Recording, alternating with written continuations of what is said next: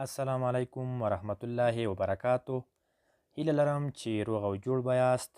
ملګرو، نن غواړم د انګلیسي ژبې د الف او با توري چې د شکل له نګاه نه په دوو کټګوریو ویشل شوي دي، لوی توري مو په تیر درس کې در وپېژندل.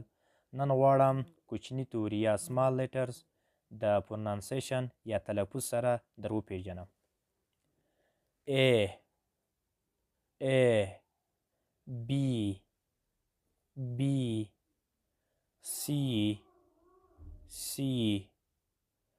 D D E E F F G G H H I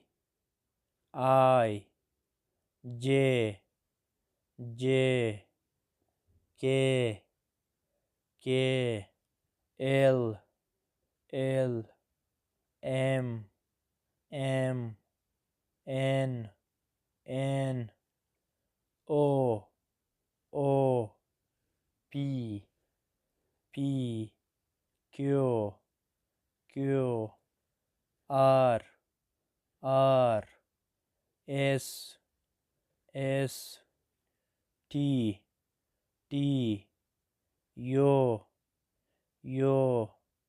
V W X Y Z